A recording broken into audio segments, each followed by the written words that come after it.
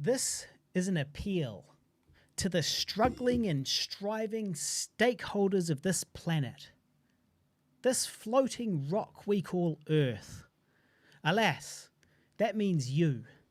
That means every one of your acquaintance, every figure your eyes skim past in the street, every charlatan still to defeat, every tender face you find solace in. Now mimic the mindset William Wallace was in. Dismount, disembark, descend from your existence, slacken your angst and decant your hate, because in the long run they're about as useful as pouring acid onto your dinner plate. My name is Harley Neville. Welcome along to the Guy and Harley podcast. And I'm Guy Pigden. And who was that? That was Enter Shikari, my favourite band. Yeah. Who I do Enter Shikari lyrics every week now by tradition. No, that's not true. But Enter Shikari, my favourite band, that's from their song The Appeal and the Minesweep 1. Not to be confused with the Appeal and the Minesweep 2. Wait, they're two different albums? Two different songs. Oh, okay. Different songs, yeah. Well, look, what better way when you've run out of all creativity to simply name a song the exact same thing, but call it two. Yeah, that makes sense, right? Good stuff. Welcome along to the show. So this is a slightly new fancy audio setup, and it's pretty damn cool. Yeah, it's pretty good, and give us a sign if it's sounding better right now. God, if that was you, give us another sign very similar to the first. What I don't understand is why you didn't do the applause at the end of my intro. That would have been the ideal time for it. I didn't do that. No, I know. You God didn't did that, and he chose when to do it. And he obviously wasn't very impressed by those lyrics. Right. Sorry. Right. Okay. God works in mysterious ways. Yeah, sure. Well, welcome along to the show. And what's been going on? Yes, well, we are running through a new audio mixer, the Mixcast. Hence the headphones. The Tascam Mixcast 4, where God can speak to us occasionally, should he choose to. For instance, if I'm about to call you a... he might just jump in and do something about it. Because he doesn't really like, bad words. So you can see that, it's given us, this Tascam has given us a portal to God, which is pretty cool. This is going to come in super handy on our argument episodes when I'm like, you know what, Guy? Go fuck yourself. That's going to be super helpful, and it's going to get we're going to be more, the algorithm's going to like us more because there's going to be less swearing in the You're just acting like an absolute royal. I can't believe it. Yeah, it's good stuff. It's good stuff. We're really up in the production value around here, and I like it. It's excellent. It's great. So, well, I do have some notes, but yeah. Well, maybe we should open the show with who's dead this week?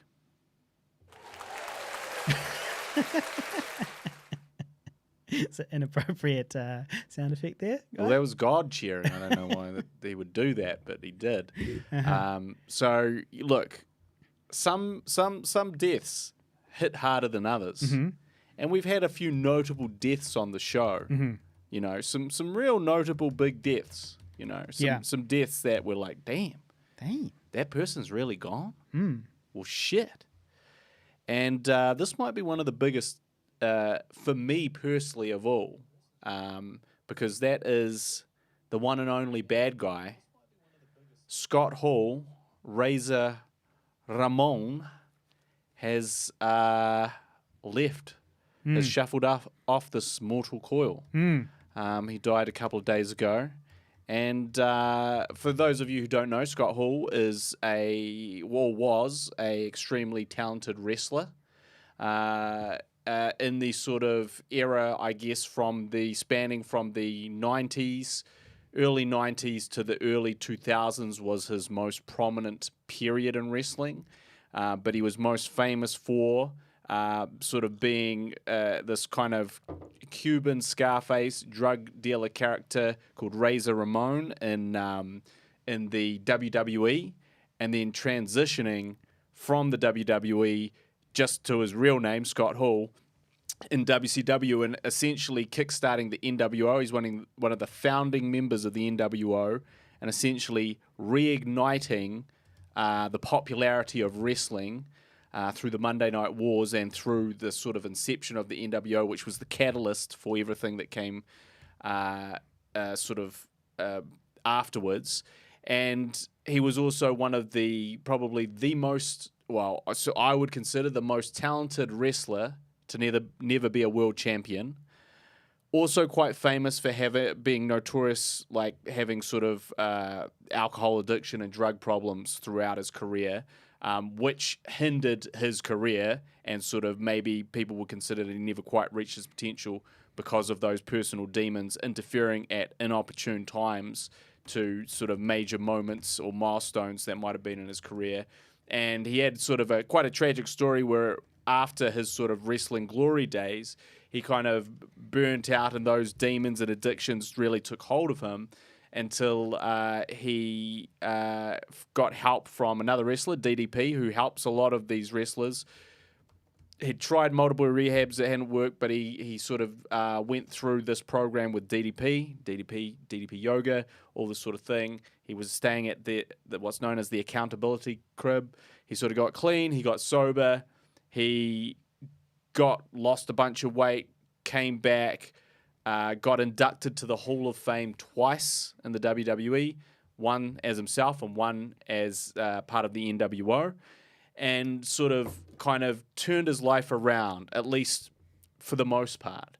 And so that was like a sort of a nice sort of story towards the end of his career to see, this once great man go from, sort of the absolute bottom of the barrel, and there's like videos of him like stumbling out drunk to like appearances and, being completely out of shape and not able to do any of his moves anymore and all those sorts of things. But then going back to the Hall of Fame and having one of the most memorable speeches of all time, which, people were quoting obviously recently and all that sort of thing. Which basically ended with like bad times don't last, but bad guys do. And his nickname was the Bad Guy. He was famous for his "Hey yo"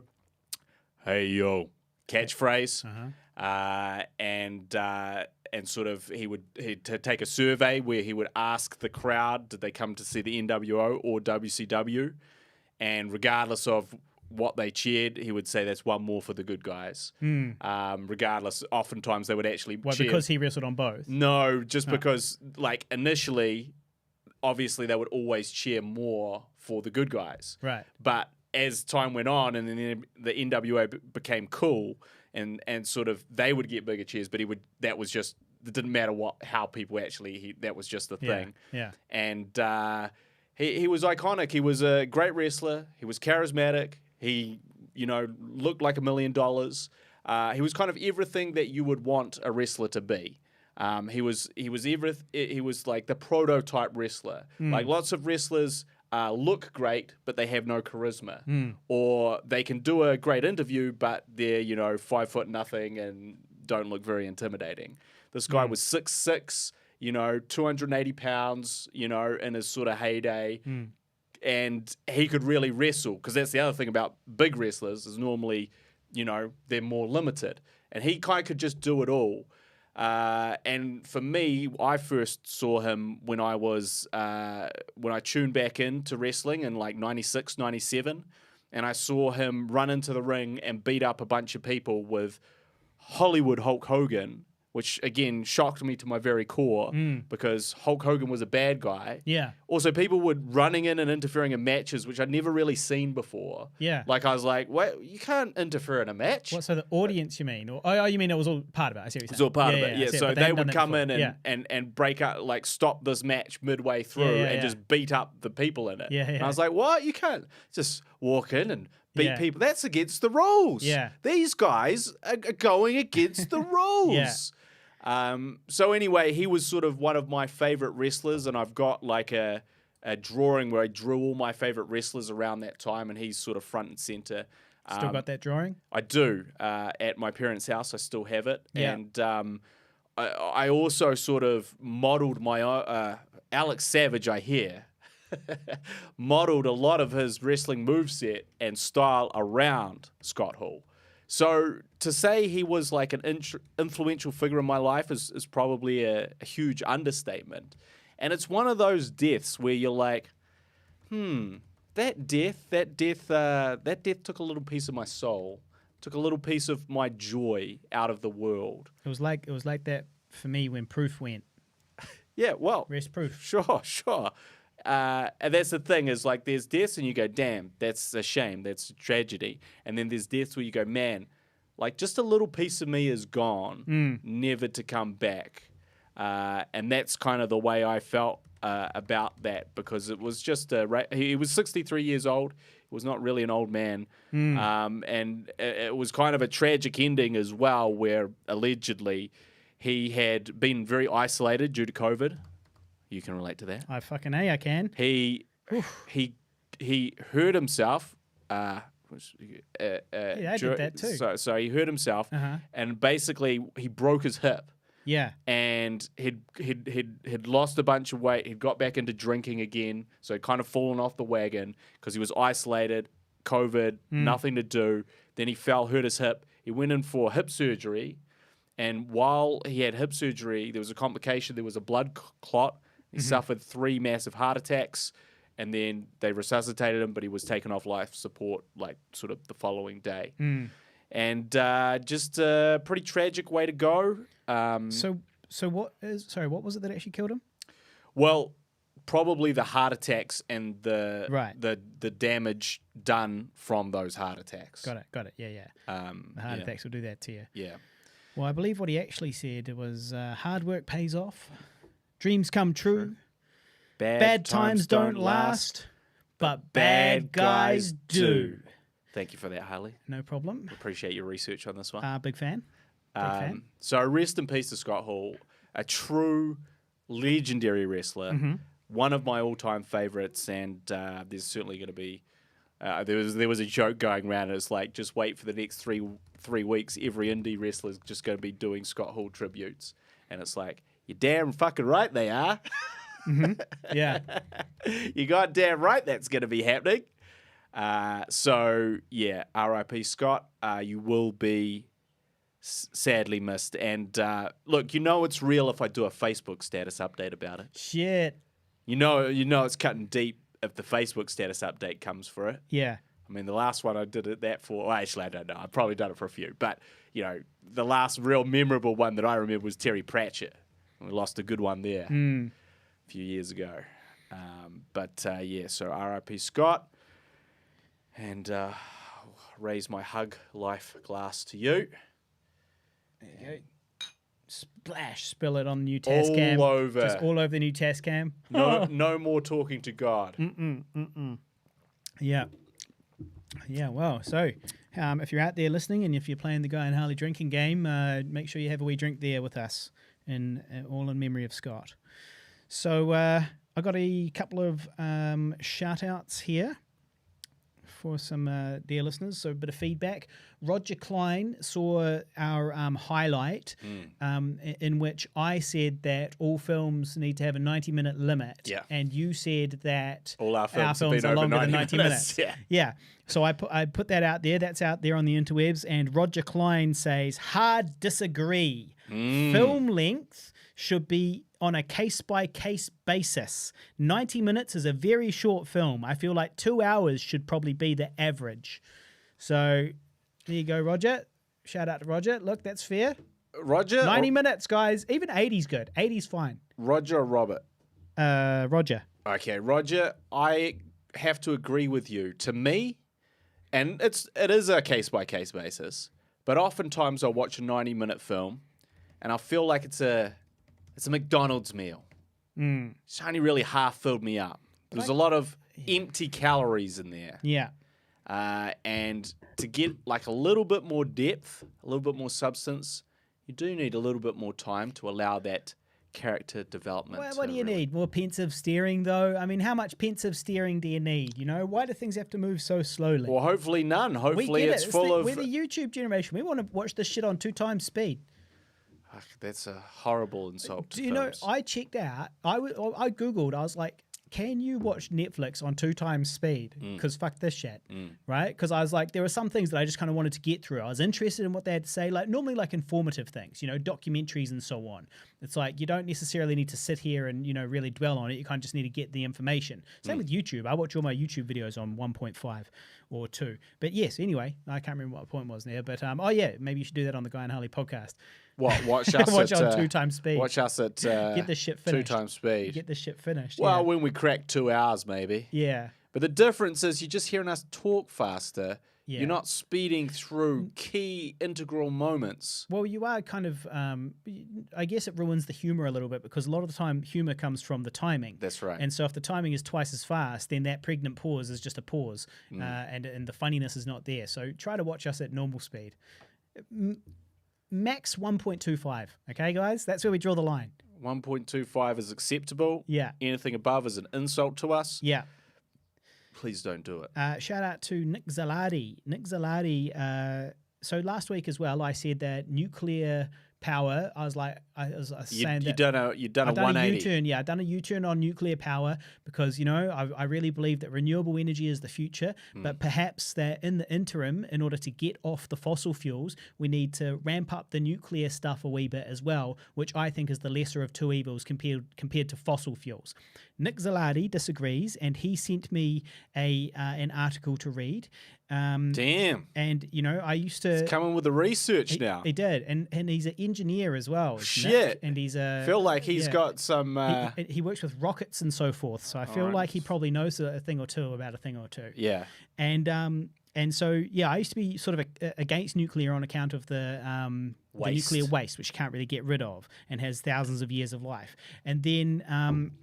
I read this article and it sort of had a lot of numbers in it about how many reactors we currently have and how many we would need. And we currently have like 444 or something around that area, and we need more like 15,000 to get the same amount of energy that we're currently, you know, using every day. And so we need to create, you know, basically 14,500 more nuclear power plants all around the world, and that requires a whole bunch of resources, a whole bunch of time, and the right locations and so forth. But then this article also points out that if you have more nuclear facilities, you have more nuclear training, you have a bigger nuclear industry, and you have more potential for this nuclear material and radioactive material to get into the wrong hands, the hands of malcontents, and so... That's why terrorists and so forth, and so that was another factor in it. And so now I've done another U-turn. I'm back on the renewable camp, but I was always on the renewable camp, obviously. Right. And to be honest, I still think we should still be utilizing some nuclear stuff as well. That does make sense to me. Yeah. Right? Well, look, we're trying to generate energy here. We don't want a Back to the Future situation. No. Well, here's the thing, right? Why is it so hard? Stealing plutonium. Why is it so hard for terrorists to get radioactive material? It seems to me that it would be extremely easy. Here's what I would do. I would go to Chernobyl if I was in Russia or one of these, or Sure. Yeah. or in Japan in the right place, you know, Fukushima. You go there, you shovel up some of the dirt around the area because that's what's radioactive. You bang it in a box, and then you put that box with your explosives, and then you've got a nuclear bomb. It's not a nuclear bomb in that it's not nuclear, the force of nuclear, but it's a radioactive terrorist bomb that then gets blown up and blows all the stuff everywhere. Why is that so difficult? Like, yeah, I mean, I think there might be more to it than that.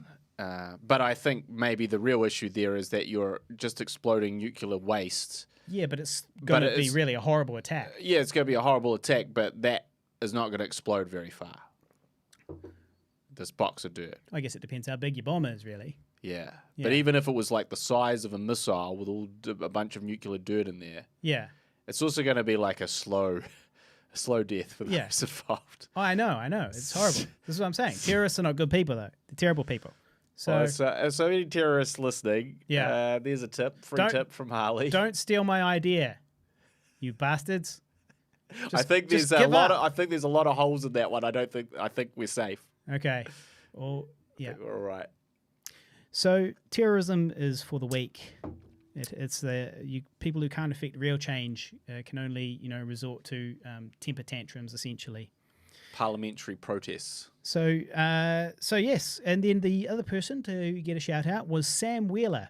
Sam Wheeler, who sent me. Unfortunately, where is it? It's inside. I meant to bring it with me. Where is it? I meant to bring it with me. Show it. Well, I can go get it.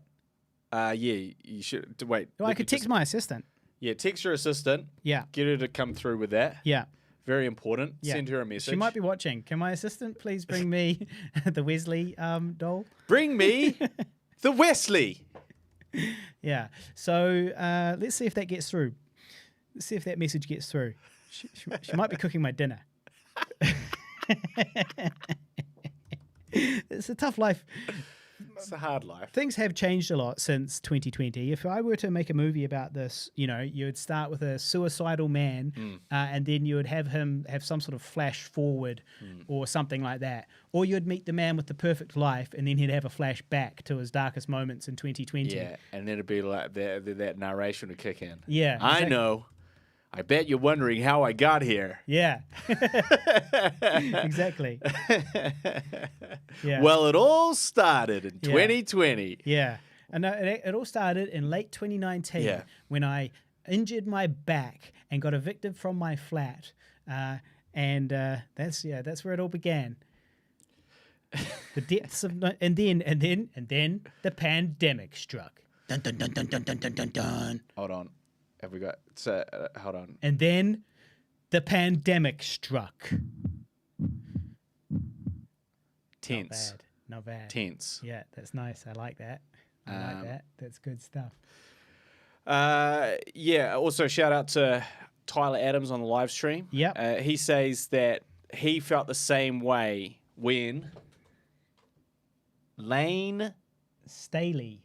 I think maybe that's Stanley. I have no idea because I don't know who the singer of Alice in Chains was.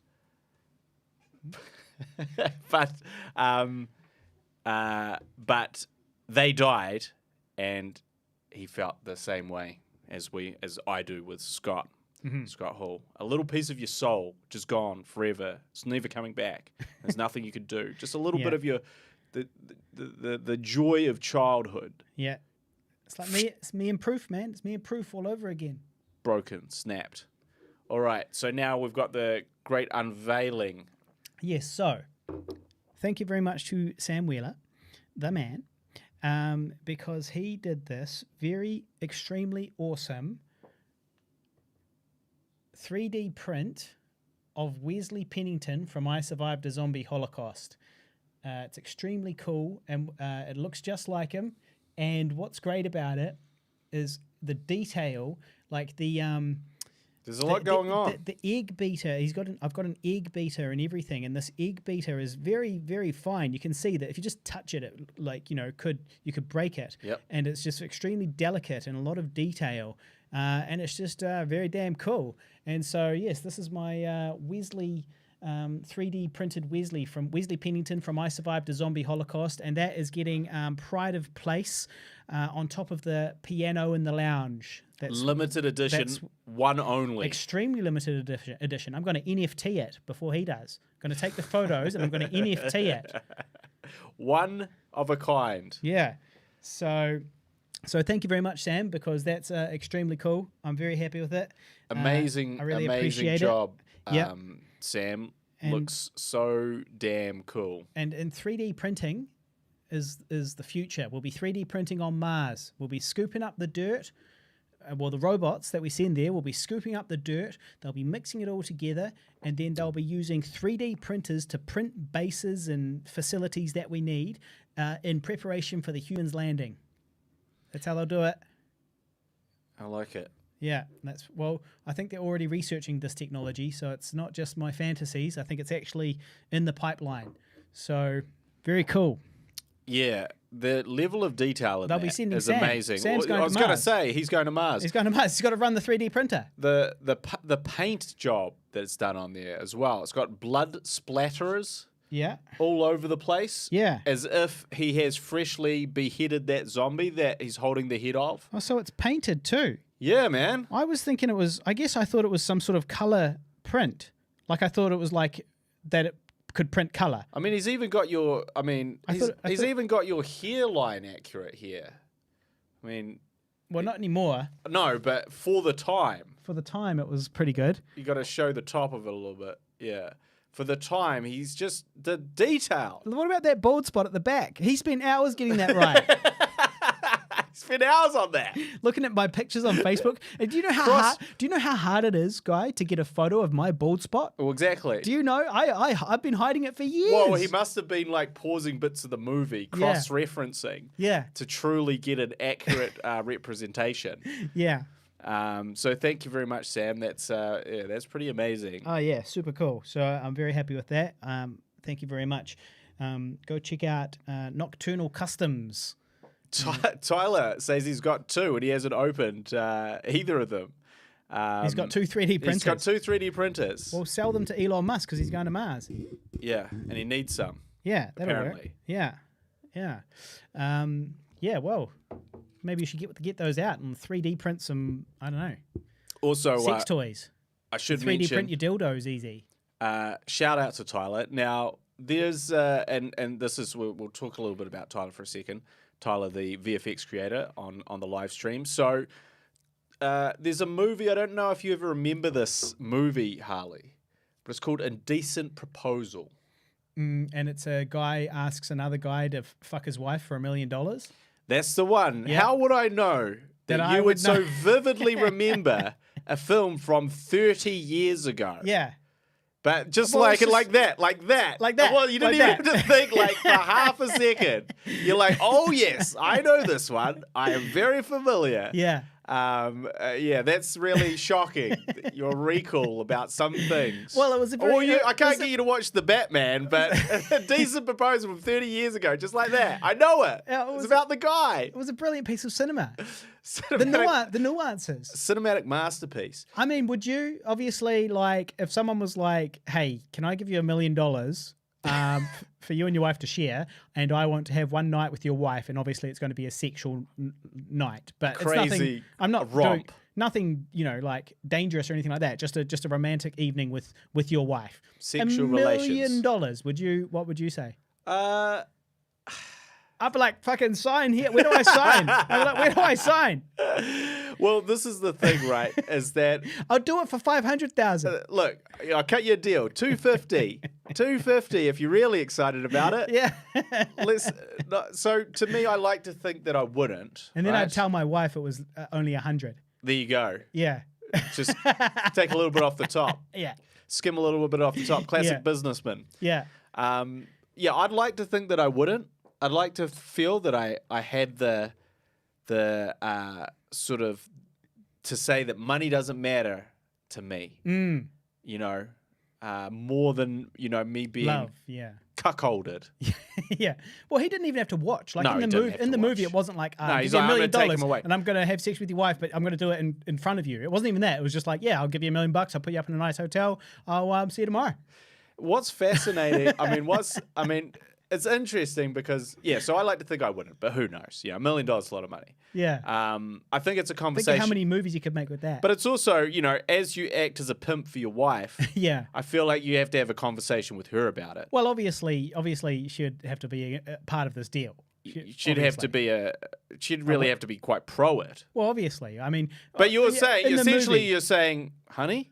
Yeah. I know that, because, to be but fair, you just have to be a prostitute for one night. No, because many prostitutes have to do it for years. In the movie, he approaches both of them. It's not like he approaches one of them and he sells his wife like property. It's more like, do they want to do it? It's an insane movie if you really think about it. I don't think it would exist today. But back then, it was a romantic drama. but it was quite good, right? I mean, I don't remember any problem. I was like, hey, I mean, I remember it. Makes me think. Yeah, it makes you think because it's a very memorable premise. Yeah. And it's starring Demi Moore, I think. That's helpful. Woody Harrelson. Demi Moore back in that 30 years ago, was an absolute bombshell. stunner. Absolute bombshell. And Robert Redford. Robert Redford was the rich billionaire. Now you would say is so he would do a good job at that. He's the Elon Musk-esque. You know what? Okay, so Elon Musk comes to you and goes, "Hey, Guy. Guy and your partner, your wife. Can I give you $1 million to have sex with your wife? I'll take you guys to a nice hotel. I'm just gonna, and then your wife can just come and stay with me for one night, just one night. And I'll give you $1 million to sweeten the deal. What do you reckon?" To me, if anything, I'd feel more offended by it if it was someone like a rich billionaire. It was actually Elon Musk. Yeah, but that's because it seems more real now. Well, no, I think it's more because it's like the sense of entitlement. Like if it was a guy that scrounged together $1 million for this thing. But Robert Redford didn't do that. He was... he had heaps of money. He was the equivalent of what one of these tech billionaires would have been now, probably, in this movie. I wish I was a tech billionaire. But to me, it just seems like... I don't know. It's like, is money that important? And the answer, you may say, is yes. Yes, it is. Yeah. I mean, you can plan a lovely holiday afterwards, but I don't know. It would just maybe, and in the movie, it does sour things. It doesn't work out well. No. Yeah. It doesn't work out well. Yeah. But it's crazy they even thought of this, and they were kind of like, I feel like we're. There's no bad guys in this story. Everyone's cool in this story. Robert Redford is just misunderstood. That's always kind of funny to me. What was his What were his motivations? Well, he just, I think... Because was it just sex or was there more to it in the end? Well, that's... Because I can't really remember. It was a very long time ago. I was 8 years old. When you watched when I was watching that one. Well, thinking about Robert Redford ploughing my wife. Imagining what would you do if Robert Redford wanted to plough your wife? Yeah. The ramifications. What would it all mean? I did get married when I was a kid, by the way. When I was about 6, there was a girl up the road, and I gave her a curtain ring from the curtains. Yeah. And we had a ceremony, and we were meant to kiss with tongue, but then she just licked my face, or I licked her face. There was definitely some face. Chickened out. No, it was meant to be. We just didn't know what the fuck we were doing. Yeah. You didn't really know what that meant. We knew it involved tongue. Yeah. And rings. So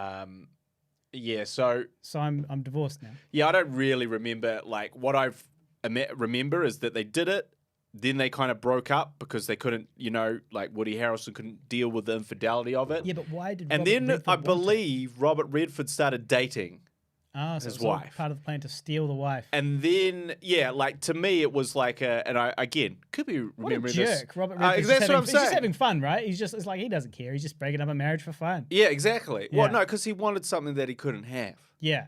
And that's what millionaires do. Yeah. Is when they see something they can't have, they throw money at it. Right. Which worked. Yeah. But then I believe that she breaks up with him as well. Yeah. And then maybe that's how it ends. And it's a strong feminist ending. She's got $1 million. She's got $1 million in her pocket. She's got $500,000 in her pocket. She's fucked them both. And she's had lots of great sex, probably. Yep. And now she's single. Yep. So it's a feminist story at the end of the day. Tyler says that Impractical Jokers did that as a punishment. Yeah. For Sal to go up to couples and ask them for a similar deal. Because you know what would be interesting? What would really... Because I think the big flaw in that movie, right, is that Robert Redford, especially 30 years ago, was considered a very handsome, hunky heartthrob. So it's like, hey... This really good-looking, handsome millionaire is going to give you $1 million to sleep with you one time. How do you feel about that? It needs to be... it needs to be me, played by Danny DeVito. Yeah, it needs to be a Danny DeVito-esque guy. Yeah. Making that suggestion for it to be any type of, sacrifice. Yeah. So, yeah. That's that. So anyway, this Indecent Proposal, right? Yeah. Now... Tyler has proposed a different type of proposal, which is a different indecent proposal. Is what I would call a decent proposal. Yeah, it's not indecent. It's a decent proposal where he's basically offered for a So whereas Robert Redford was like, "I'll give you $1 million to do this thing," he's like, "You give me way less than $1 million." for me to work on Pigville and Savage filmmaker related stuff for a whole year. You have to pay me sweet fuck all, and I'm going to dedicate my time to this. A decent proposal. And I feel like, I guess, Demi Moore and Woody Harrelson did in the movie, where I felt compelled to take it. Yeah. Because it was such a good deal. Yeah. So, but he flipped it. You know, we pay him. Yeah. Smart guy. So anyway, I have read that email, Tyler, and I'm just thinking about the best strategy around that. But pretty damn good idea. A decent proposal. It does sound great. It does sound like exactly what we need, which is an editor that can sort of do all of that, help out with all of that stuff. Someone passionate, somebody who gives a shit, somebody who gets it, somebody who gets the humor. So it does sound like a great. It sounds like a deal made in heaven, a match made in paradise. Match made in heaven. Yeah. Macho Man Randy Savage. Yeah. And Elizabeth. Yeah. SummerSlam 92. Or 91. Miss Elizabeth. Yeah. I was a big fan of Miss Elizabeth. Also. A big fan of Miss Elizabeth. Also passed away. Rest her soul. Rest her soul. But I was a big fan of Miss Elizabeth. I had her card. I had a lot of cards. I was a big card collector. Wrestling card collector. Card got quite creased, crumpled, and stained. Imagine if I had just kept all of my wrestling cards from like I guess it was probably around 1990. Around 1990, well, late 80s, early 90s. Imagine if I just kept all of those in in really good shape, and just kept them with me, and you hadn't abused the Miss Elizabeth one, yeah. I imagine they might be worth something now. Potentially. Yeah, that'd be upwards of $20 a card now. Oh yeah, well, I don't know. It could be more. To be honest, that's not bad. Hey, that's not bad. To be honest, it's all like nowadays with like sort of memorabilia, but particularly wrestling memorabilia. It's all to do with things that they fucked up that kind of got half released and then didn't. Yeah, okay. You know? Yeah, so like a card that was like, okay, it's just come out. Oh, that wrestler is not doing whatever it is. Yeah. So recall, we're not going to put that out anymore. Or he's murdered his family. Yeah, he's murdered his family. I bet his merch is worth heaps. His cards and so forth must be worth more. That's an interesting question, but I don't think so. There are people that collect that stuff specifically, like collect that type of like murder memorabilia. That's true. So what's his name? Chris Benoit. Yeah, that's the one. Unfortunately nicknamed Canadian Crippler. Ooh. Yeah. Tragic.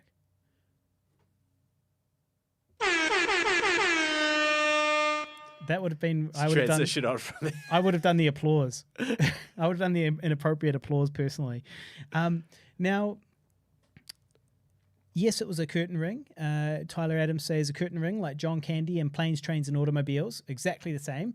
And Nocturnal says regarding my bald spot on the Wesley doll, the Wesley 3D print, he says regarding this bald spot that he had to watch the film matching the bald spot and matching the blood splatters on Wesley's face to shots from the film. So he had to. I remember. I know which shot it might have been. It would have been my first. So he's trying to get my bald spot right now. As a man who's sensitive about his bald spot, I'm sure that must be from the time that the camera cranes down behind me at the beginning of I Survived a Zombie Holocaust, and you can see my bald spot there as I get out. Or no, there's a certain point you see my bald spot at the beginning of the movie somewhere, and I remember it. And so he was pausing that again and again and again to get a good shot of my my bald dome. We appreciate your. I appreciate the hard work, dedication. Sam. I appreciate your dedication to the cause and to accuracy.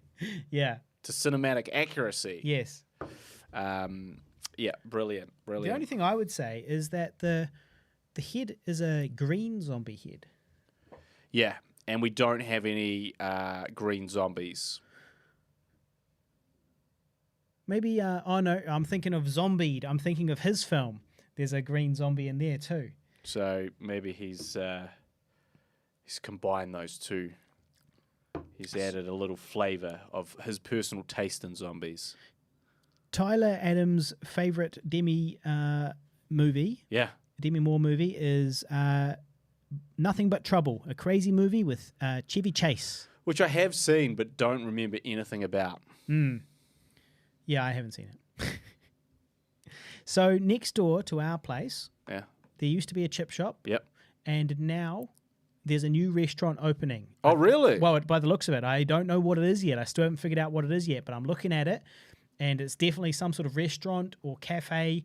Probably not a cafe. I don't think it's quite a cafe location without quite a lot of work, but it's it definitely seems like some sort of takeaway of some description. It was Asian guys that are working in there, so I'm going to assume it's some sort of Asian restaurant, and this area has a lot of Asian restaurants, but I'm not sure. It's got a big neon sign that I could see in the back of the room that I've actually forgotten what it says. But yeah, there's a neon sign there. It very much looks like it's going to be another restaurant. So it'll be interesting to see whether the Cockroachening comes back. If we once this new restaurant, if the new restaurant opens and all the cockroaches come back, then we know that we're definitely getting a lot of them from the fact that we have a restaurant within a few meters of us. Yeah, so we culled the cockroaches. We had a professional come round. Well, Sam was his name? What was his name? Sam. Yep, Sam. Shout out to Sam. Different Sam this time. Different Sam. Sam. Not Sam the... We know like three not good Sam. Sams. Yeah. Sam from the Chris and Sam podcast. Shout out to Chris and Sam. Not Sam the 3D printer. Sam the exterminator. Yeah. And not Sam the podcaster. Not Sam the podcaster. Not Sam the 3D printer and filmmaker. Yeah. Sam the exterminator. So yeah, shout out to Sam. I was just thinking that the other day. I was thinking, bloody... Shout out to Sam. I've never met the guy, but shout out to Sam because it's made our lives a lot more peaceful. So there's way less cockroaches. But I did have one last night. I heard a screech from the bathroom and I ran forth, muscles rippling, and I got there and there was a very large cockroach, and it appeared to have, and I don't know if cockroaches do this, but it appeared to have an extremely large erection.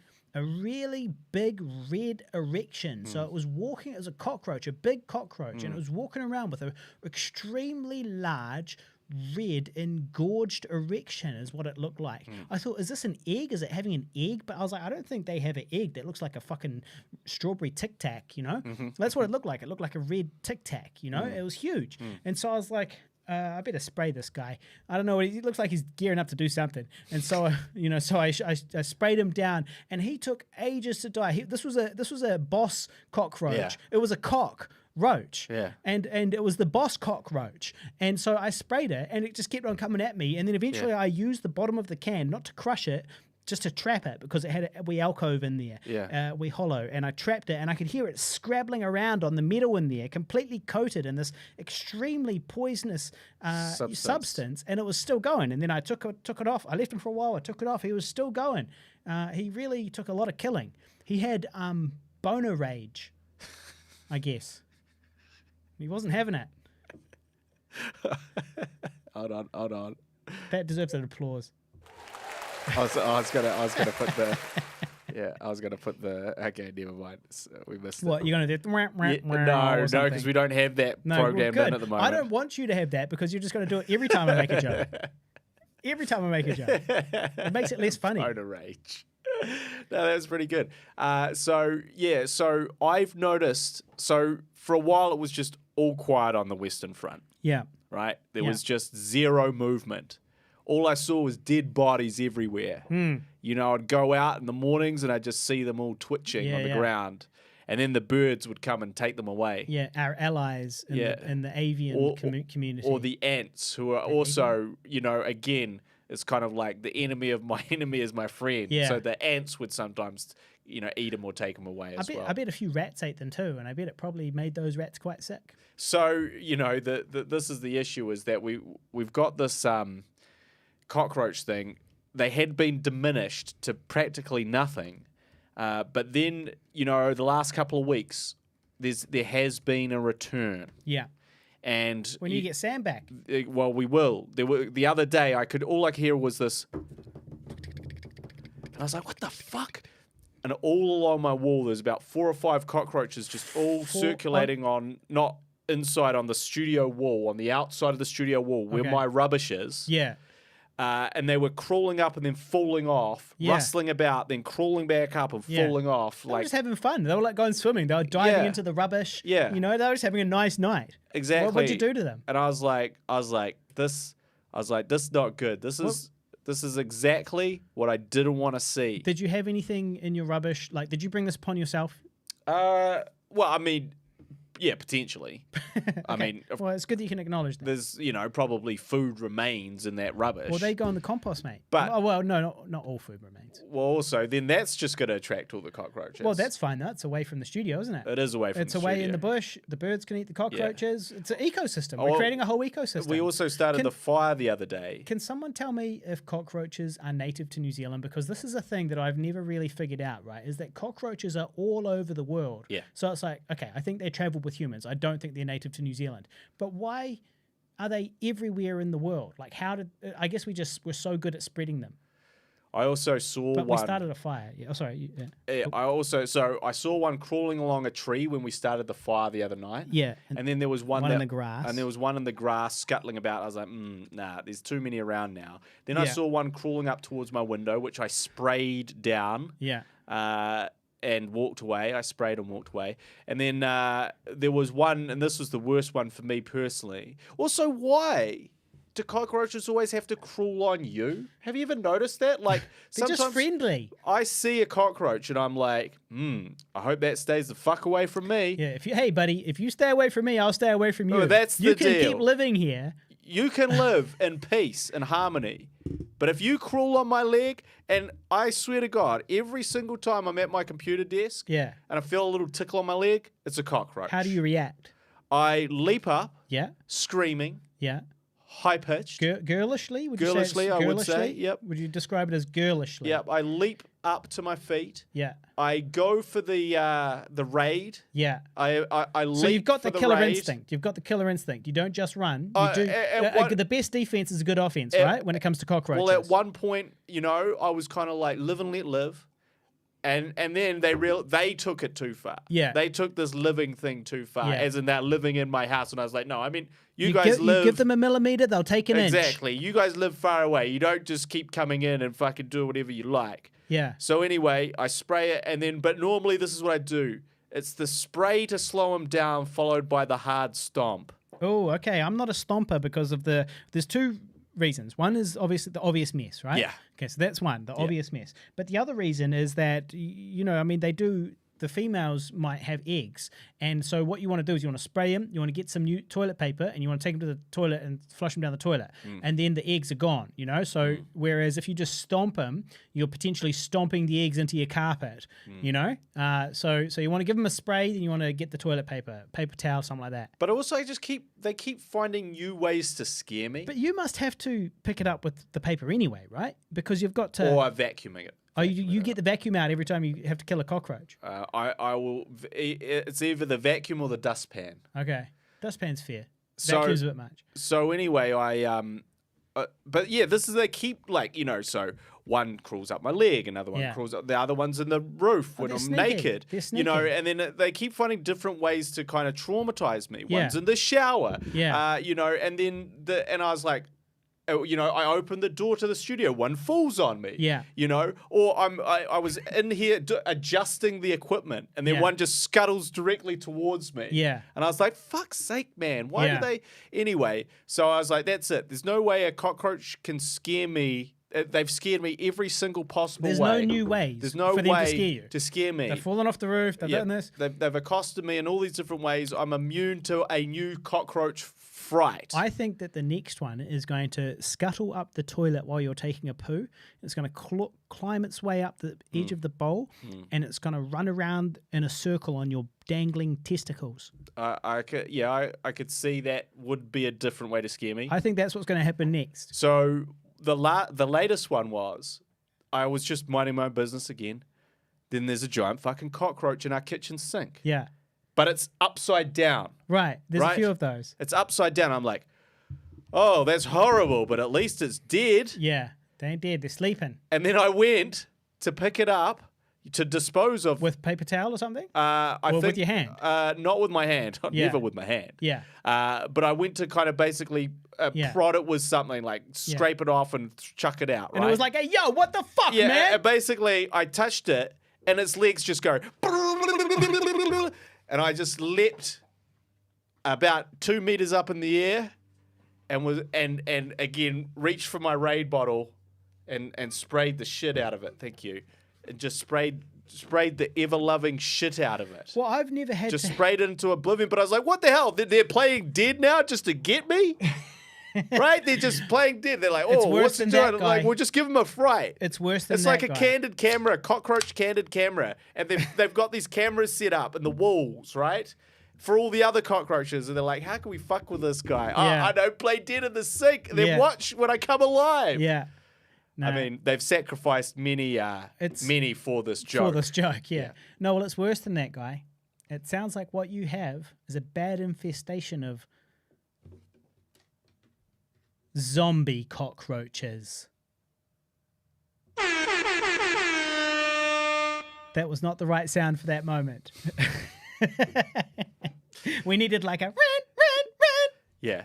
type sound. We can load a lot more sound effects on there, but we've only got a few at the moment. Yeah. Now, what we'll do is we'll just give the remote software to Tyler. Tyler can just run the show from home. He can already run the ATM from home if he wanted to. We could give him the software and he could run the ATM from home. So he's watching the show and he's live cutting it and live, like sort of live technical producing it. He's watching the show anyway, you know. You might as well press a few buttons. Why not work really hard Why while he's at it? Yeah. So he runs the ATM using the software, and then I'm not sure if the Tascam has software or not. Does it have remote software that you can use? Because the ATM, we've got that one you can use, and it does the basics. I don't think that you can use it remotely, but I have no idea. Well, all you'd need is this to have a software, and he'd have to install that software, just like the ATM software. Yeah. Yeah. That's how that would work. So we'll add that to your list of duties, Tyler. After your decent proposal. Yeah. Bugs everywhere now. $1.50 per show. It's a pretty good deal. That's not how much it's going to be. So, just I think I've only got one more. Do I have one more? Yeah. Well, I probably have a note or two here. Yep. I do want to say that we're still blowing up on YouTube. The Pigville channel is still blowing up on YouTube. It's been about a month and a half now, and we're getting about 40,000 views per day, every day. We're getting about 100. The average is 117 subscribers every day. And we have had 1.1 million views in the last 28 days and 3,500 new subscribers. They're loving that shit. So that's good stuff. That's good stuff. It's a fascinating exercise on YouTube's perversion algorithm. Yeah. Where essentially, YouTube knows everything. Like all these algorithms know everything. And they know what you're inclined to watch. So for me, they know that I'm going to watch wrestling videos, I'm going to watch tech videos, and I'm going to watch how to make YouTube videos, right? So that's what they recommend. My one is skateboarding. Yep. Investing. Yep. And World War II. Yeah. So they know well what we like and don't like. And equally, if you're a pervert, YouTube knows that. YouTube is well aware of that. And so YouTube is going to recommend you things that as a pervert you may find appealing. And so essentially they've cottoned on to this idea that, a particular episode or a couple of episodes of some of our shows really, really hit that pervert crowd hard. They just really like it. And so basically what happens is a bunch of YouTube exposes itself to a new group of perverts. Those perverts like what they see, and YouTube says, okay, you like that. Let me find another even bigger group of perverts and recommend this video to those perverts. And thus, 40,000 views. Was it per week or per month? Per day. Oh, per day. Yeah, per day. Per day, yeah. Well, everybody's winning here. That's true. Thank you, YouTube. The only problem is that the video that is getting most of the views is not monetizable because, unfortunately, it's got adult content in it. So that's the irony. That's the irony. Irony. So it's getting all these views, but it's unmonetizable. But the thing is, what it is the Guy and Harley show, or the Guy and Harley sitcom. So not to be confused with the Guy and Harley podcast. This is the Guy and Harley sitcom, which is 2 episodes, and I've rewatched it a few times, and I think it's really funny. I think it's a fun project. I think it's cool. Guys, it's not just for perverts. It's not just for perverts. No, there's lots of great stuff in there. I had to mute some of the music in it because we didn't have the rights to it. So if you go and watch it, you'll be like... This is a big chunk of mute. not muted, just without the music. So the music track has been removed, and so that's But the unfortunate. but the vocal track remains. Yeah, so depending on which way I did it, there's a way that you can do it where it just takes out the song, but it takes longer. So it goes through and it somehow identifies dialogue and differentiates it from the song. And so what it That's does machine learning. yeah, and so it can AI. It can take just the song out. So that's what I did. And so as a result, you might be like, why are they walking around and not really saying anything? Just picture, a really good song over that. And it'll make a lot more sense. So anyway, that's on the Pigville channel. Go search youtube.com/Pigville and the number 2, and you'll see it there. And just sort the videos by our most viewed to least viewed, and you'll see what Guy's talking about the perverts, and also you'll see at the top of that list the Guy and Harley sitcom episode 1, and it's definitely worth watching. Plus, I'll share it on the Facebook page, facebook.com/Guy and Harley, and while you're there, you might as well hit like on that too. We've tapped the pervert algorithm. We have. Now, if only you could make a perverted video that was monetizable. Now, Pornhub. This is what we need. We need to move into Pornhub, Guy. It's obvious. Yeah. It's that age-old recommendation Yeah. from people who, when you tell them that you're a filmmaker, Porn. have you ever thought of doing porn? Yeah. Well, I mean, it's an interesting topic, right? I mean, you've got all the gear. You're a human. Yeah. Humans like sex. It's monetizable. You've It is consumed. monetizable. You've consumed porn. So so you've studied it. yeah, you've studied it in detail, in great depth. You can see how people would be tempted. You've got your favorite, just like any movie. You've got your favorite genres. That appeal to you. Yeah. Maybe you've gone back and looked at the classics. I'm what's known as an ATM BBW kind of guy.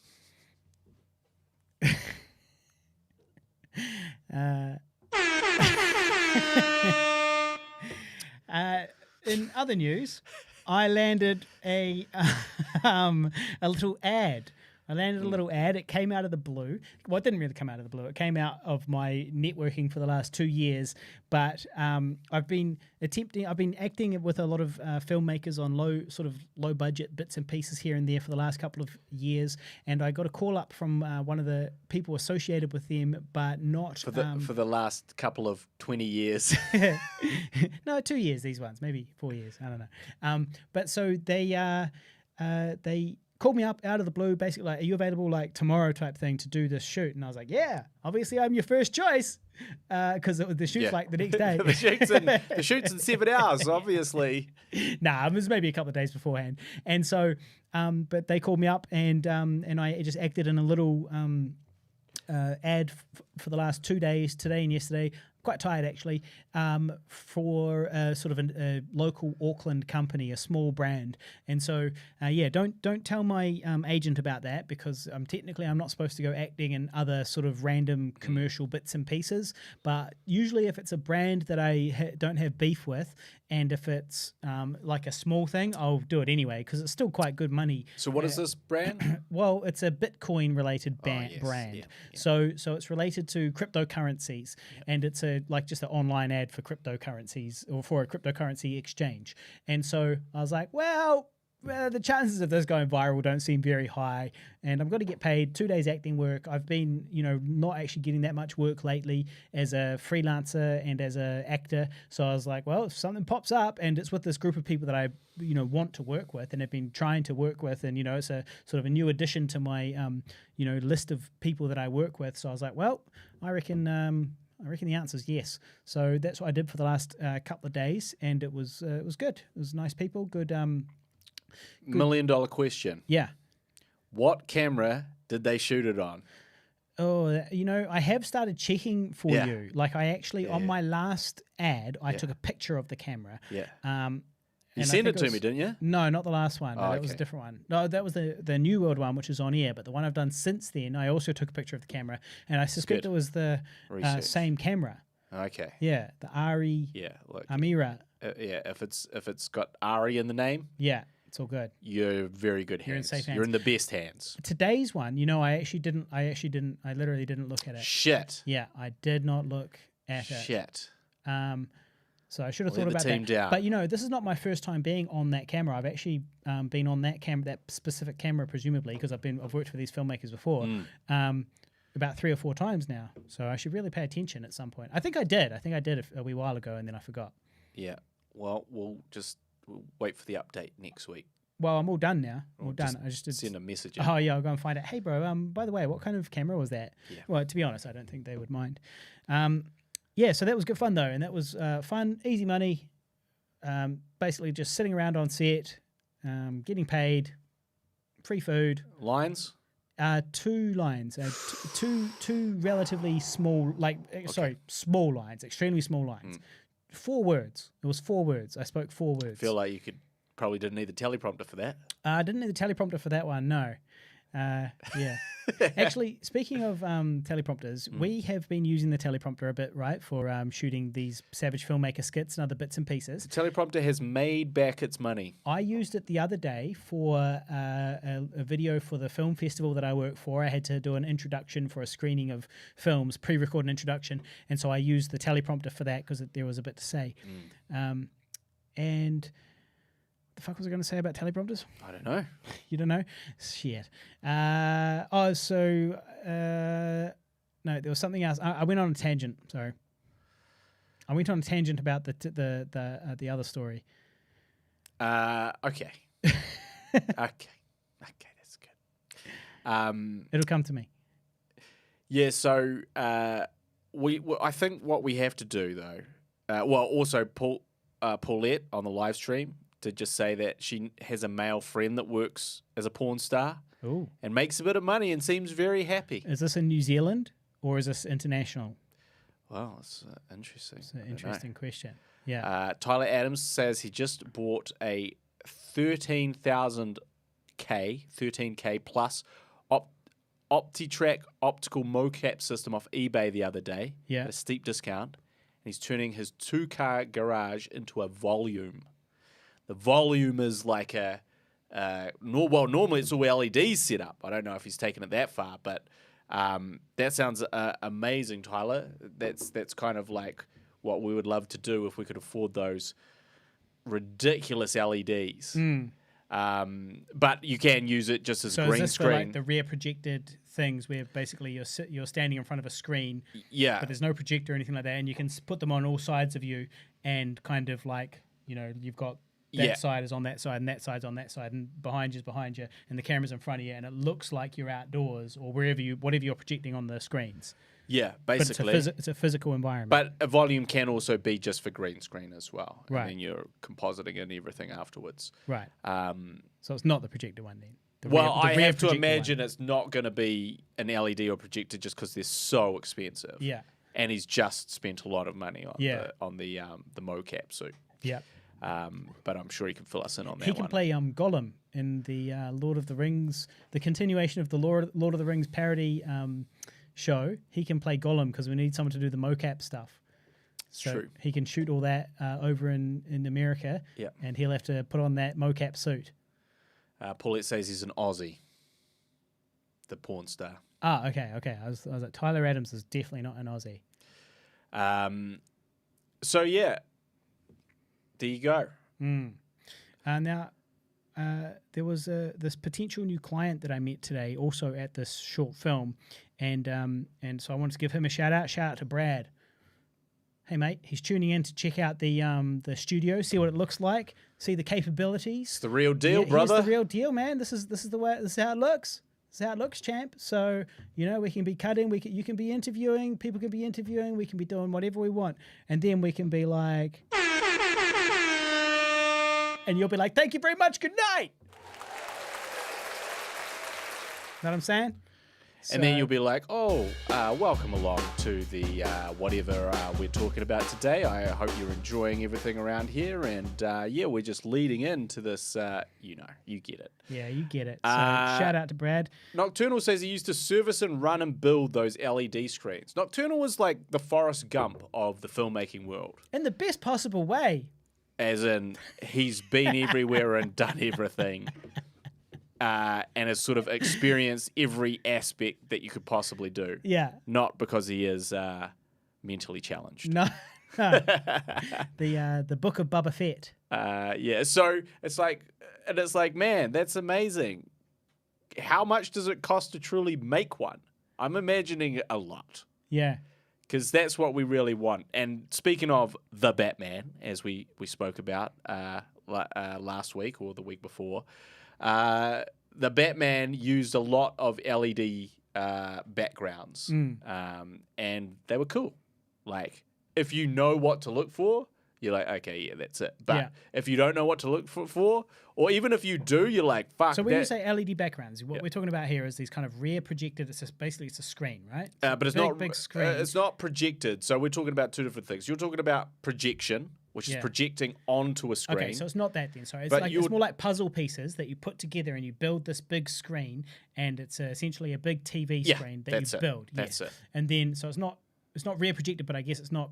You're not casting shadows, it's all coming from behind, all the light's coming from around you, but you're not casting shadows. You try not to cast shadows. Yeah, It'd be pretty bad if you were casting shadows. Yeah. In fact, it should be casting shadows back on you because you want that light interaction. Yeah. But yeah, so anyway, they did it, and they did it sort of looking out at the cityscape. Yeah. And so you could see the city at sunset, and they could shoot the whole thing without running out of sunset and having to go up 100 stories. Yeah, yeah. And I was like, that's a clever use for it, and it does look way better than these fucking shit-ass Marvel green screens that we've become so accustomed to. Yeah. Those Marvel green screens, man, they are not good. Logan Marshall, I acted in a short film for Logan Marshall, and he used exactly that system you're talking about. And I was driving in a car the whole time. And how fucking loaded is this guy? Well, he's just got good connections because obviously that wasn't his gear. He just he just knows the right people, and that's the trick. Fucking oath, mate. He knows the right people. Yeah. They're like hiring out those studios for obscene amounts of money. Yeah, no, it was heaps. It was heaps of money, and it came with two operators as well, 2 technicians to run it. So there was 2 technicians running it. I feel like that one was rear projection, though. What you're talking about there was wasn't rear a projector. projection. You couldn't walk behind it and do this and have your hand show up. Right. It was screens. They were LED screens that you piece together like a puzzle, and you build these walls. And what we did was they built these walls around an old classic car, and I was playing a gangster. And so what need some screen grabs of that. What we did, I've got the whole film. What we did is we just turned the car around. So the car would be facing one way, and you'd be filming from behind. So there'd be a highway zhushing past, and then we'd take the car out, reverse it backwards, and then film again. And the highway would be going backwards now behind you. And so that was really good. And then it did look really good, I thought. But the big problem I had was I started to get a bit of a sore tummy. I started to get a bit of an upset tummy. Your tummy was sore because of the motion of the screens. Hang on, completely disconnected. Cut. We've got to stop the shot. We've got to stop this take because the lead actor's feeling a little woozy. He's got a sore tummy. Got an upset tum-tum. Don't worry, everybody. He's just going to lie down on the ground for a minute. He's just going to have a wee rest. How could you possibly get motion sickness when your car wasn't in motion? Because, Guy, it's all optical, brother. It's all optical, and you might get sick too if you tried it. So, if you try like a 3D roller coaster, there's the potential there to feel that motion. That's why people like it. And so that's essentially what it is. But also, you got to remember, this was after like hours and hours of filming and also being in a car with 2 other people, a stuffy little old car with 2 other people. So I'm all hot, and all the motion is moving, and I'm trying to do my acting, but I'm not actually moving, but it feels like I am, and it looks like I am. Shout out Logan Marshall. It turned out great, but then he didn't really put it on. It's only on his website. It's not available like on YouTube or anything like that. You should put up some screen grabs in the comment section of the. Well, I could just put his whole website up there. Yeah, but no one want to bother with that. They just want to see what it looks like with you against one of these screens. Yeah, but I'll just put the link. Yeah, they're not going to watch that, but they would have look to at go the and have a photo. look. Yeah, but I don't have a photo, mate. There's a little thing, Harley. I'm going to let you in on a little secret. It's called Command Shift 4.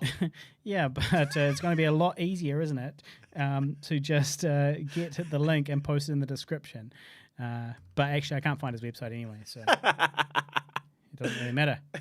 So you can't do that? Well, not in a rush. Not on the spot like that, no. But if you want to prepare stuff for next week, we can totally do that. Nocturnal says that the costs get higher with the amount of LEDs per screen and the space between them. They are getting cheaper. And he made one for OAAM and used them mostly for rugby contracts. So there you go. There you go. I did actually find his website. Here we go. So, in other news, while I find that, I do have it right here. I was just going to post the link on the Facebook page, facebook.com/Guy and Harley, and you can watch it right there. I'm going to post it there as we speak. Yeah, you can watch some not projection. You can watch some volumetric filming. Yeah, exactly. I'm posting it right now. So I think we really have to get into, before we consider wrapping things up here, Yeah. the elephant in the room. What's that? The comments made by Jane Campion, esteemed director, Yeah. and the comments made prior to that Yeah. by Sam Elliott, esteemed actor, Yeah. and the two war of words between them, and then Jane Campion putting her foot in it, and so on and so forth. But you've just gone, so we can't. But just to give everyone a little bit of context here. So Sam Elliott is a famous actor, kind of famous for playing fundamentally gruff cowboys, right? And sort of that's his kind of bread and butter. Also, he's also famous for having a mustache in like pretty much every single thing he's in. The most recent thing that I sort of vividly remember him from is A Star Is Born, where he plays the older brother of Bradley Cooper.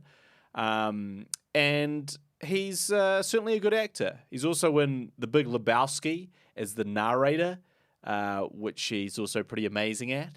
But, you know, and I think he was in like Tombstone and just like every single Western you could possibly imagine, he's in it, right? So that's Sam Elliott. So a lot of us probably know Sam Elliott. Now, Jane Campion is one of our greatest directors, one of our most esteemed directors, and her most recent film, which I actually can't even remember the name of, has been nominated for an Oscar, right? The War of the Dog. Yeah. The Life of the Year Dogs. of the Dog. Life of the Dog. Something about a dog. War of the Dogs. The dog.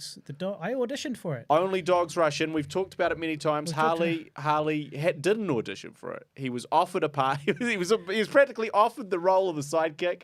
The Power of the Dog. The Power of the Dog. I was offered Jesse. What's his name? It's not Jesse. Is it Jesse?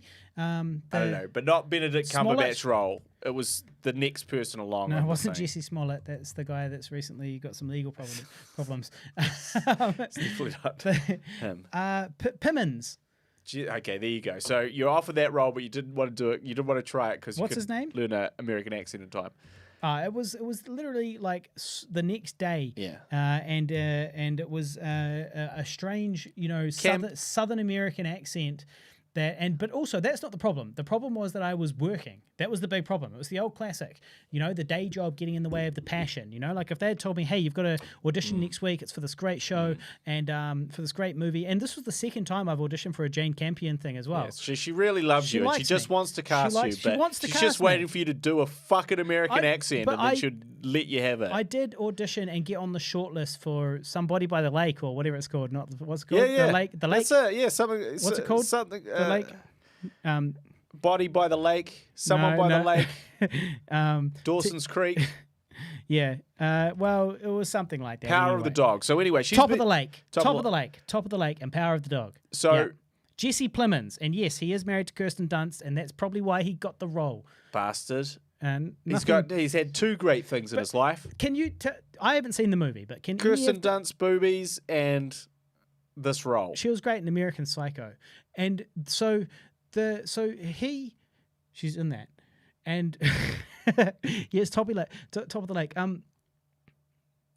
Yep, Power of the Dog. Power of the Dog. I can't remember what I was going to say. You distracted me. Okay, so Sam Elliott basically said, "What the fuck is this New Zealander? Yeah, coming in here and doing a cowboy movie. Yeah, she doesn't know shit about being a cowboy. Yeah, right? She's a fucking Kiwi. Yeah." There's no Great West out in New Zealand. And all of those things are true. Those things are true. Yeah. Now, I mean, come on. What does that mean? Like, so suddenly we can't make cowboy movies? And he goes, That pissed me off, man. Yeah. That really pissed me off, man. Oh, that's bullshit. Anyway, so that quote was taken from the What the Fuck podcast, Mark Maron's podcast, right? This kind of little thing. Yeah. Now, she responded to it, Jane Campion. Yeah. And I believe was something like, look, Sam Elliott's just been a little bitch. Yeah. Because he plays cowboys. He's not a real cowboy. Yeah. He's an actor. Yeah. And just like I'm a writer and a storyteller, I tell stories and I can tell stories about anything I want. It's a good burn. It's a good burn. And you can act in anything that you think you have the role for. Yeah. But you don't hold domain over cowboy shit in America. Yeah. And I don't hold domain over, telling those stories, but we can both do them sort of thing. So that was her point back, which was really good. Yeah. Right? That It's was good stuff. a It's good great stuff. retort. Being a little bitch. It's a great retort to Sam Elliott. I love it, right? And everyone was like, Jane Campion, yeah, she's the woman. Yeah, she's awesome, And then she won a Golden Globe or a Critics' Choice Award for The Power of the Dog. And then at the end of her speech, she was basically like, oh, yeah, and by the way, because it was up against the tennis movie starring Will Smith. Which I can't remember the name of now. Wimbledon. Something like that, basically Wimbledon. It's not Wimbledon, that's another movie, which is completely The different. Fresh Prince of Wimbledon. Wimbledon. The Fresh Prince of Wimbledon. So anyway, so she essentially beat them. I think it's called King Richard, actually. Something like that. King Dick. Which is actually about Venus and Serena's dad as their coach. Yeah. Played by Will Smith. Anyway... So she won, and she, at the end of the speech, in a pithy remark, a pithy throwaway comment, she was like, oh, and no offense, Venus and Serena, but I, no offense, Venus and Serena, but I got this one, and I had to beat the guys for it, sort of thing. You didn't have to, it was like you didn't have to play against the men or something exactly. like that. And I did when I got this award. Yeah. And everyone was like, no! And Richard on the right wing Richard. Yeah. Shout out to right wing Richard, who's It was at the Oscars or wherever this was, she was like, afterwards, she was like, hey, Venus and Serena, at least you didn't have to compete against the men. which I did. Yeah, so anyway, and then everyone hit the roof and they were like, oh, it's racist and Why is it racist? Well, I don't know, like just diminishing, I guess it's diminishing It's the not struggle. racist and it's not sexist if it's coming from a woman. It's diminishing It's neither of those things. It's diminishing the struggle of African American women. Maybe that's right. So I think, but it's also diminishing their accomplishments. It's just Well, very because diminishing, and like she didn't have to compete against the men, but she also didn't have to be black. and have all these America. other adverse struggles that Yeah. you're completely ignoring by making this statement. True that. And so there was this, this scandal, and then she tweeted out and she was like, look, I love Venus and Serena. That was a poorly, that was a joke that was poorly worded. Actually, they've done super amazing accomplishments, and I completely support them, and I shouldn't have said that. Yeah. And it's like, so she said a good thing and then she said a bad thing. But wait a minute. It's almost like she's human. Yeah. It's almost like she's human. She can make mistakes, but she's also intelligent and she will also say smart things from time to time. It's kind of like this podcast to me. Yes. It's like sometimes we'll say really stupid things. Sometimes our pithy comments could be construed and taken the wrong way. Maybe a lot of the time. That could definitely happen to us on this show. And the humor is not really seen, and it comes out of our mouth, and we go, "Oh, I'd like to put that back in, Yeah. but I can't." It doesn't happen. And now too it's often to there, me. it's sitting there for eternity. Yeah. Well, especially because people consider it to be like what did you a do? line You in the said- sand What did you say? What was the one the other day that you said? that I'm trans. Yeah. So that would be maybe... Because I'm transitioning. I'm transitioning from a salaried hourly rate type life. My career is transitioning to a freelance job job type life. I'm trans. I don't know why you're so hung up on that one. It makes perfect sense to me. Sometimes we say I guess I don't regret that. I've said it 5 times. Richard was like, it's over for her Oscar chances because she made that comment. I'm trans career. And also, he was like, this is horrific. He was bouncing off the walls. Yeah. In our group chat. Yeah. It was absolutely bouncing off the walls, and I personally was kind of like, yeah. I mean, it wasn't the greatest thing to say, but I get it. It was like you're trying to make a joke at the end of your thing, and you're trying to make a joke. Trying to be sassy, trying to be Taika Waititi. And you're trying to make a joke about, like, I compete against men in my world. You don't compete, it's like you're not taking into account all the things they are competing. Yeah, you know, which is also not what she was thinking about, though. At the time, she wasn't thinking about the struggle and oppression of these two women. You know, exactly. She was just woman to woman, a joke, nothing to do with throwaway remark, and obviously didn't go down well, and it did, as I'm sure, it just didn't quite come out like the way she imagined, and then the whole internet. Jumped on her.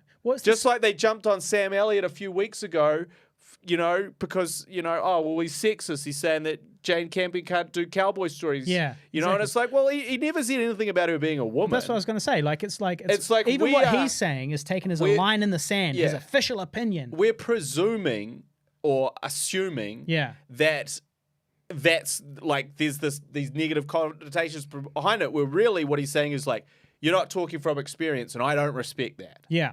Now, I think that's a flawed perspective. But you can get it, right? But I understand that, like, so, and also, especially as she pointed out, flawed coming from him, the actor, not the cowboy. Yeah. Not the ranch hand farmer that's been, generationally had hundreds of years of, working as a cowboy. He doesn't do that. He's a highly paid actor that lives in a mansion in Beverly Hills somewhere.